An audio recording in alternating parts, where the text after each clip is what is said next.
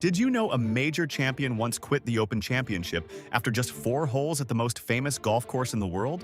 In 1995, John Daly shocked everyone at St. Andrews when he simply walked off during the first round. The warning signs were everywhere. During practice, Daly was hitting wild shots into the crowd. His behavior was erratic. He was struggling with alcohol and felt mentally exhausted. Then on Thursday, after 4 terrible holes, Daly turned to his caddy and said 2 simple words, "I'm done."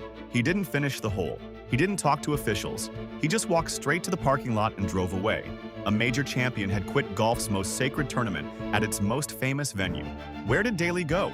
Straight to a pub. He spent the entire week drinking instead of competing. This moment sparked huge debates about mental health in professional golf. Daly's raw honesty about struggling with pressure made him both controversial and beloved. It became the perfect symbol of his complicated relationship with golf's biggest stages.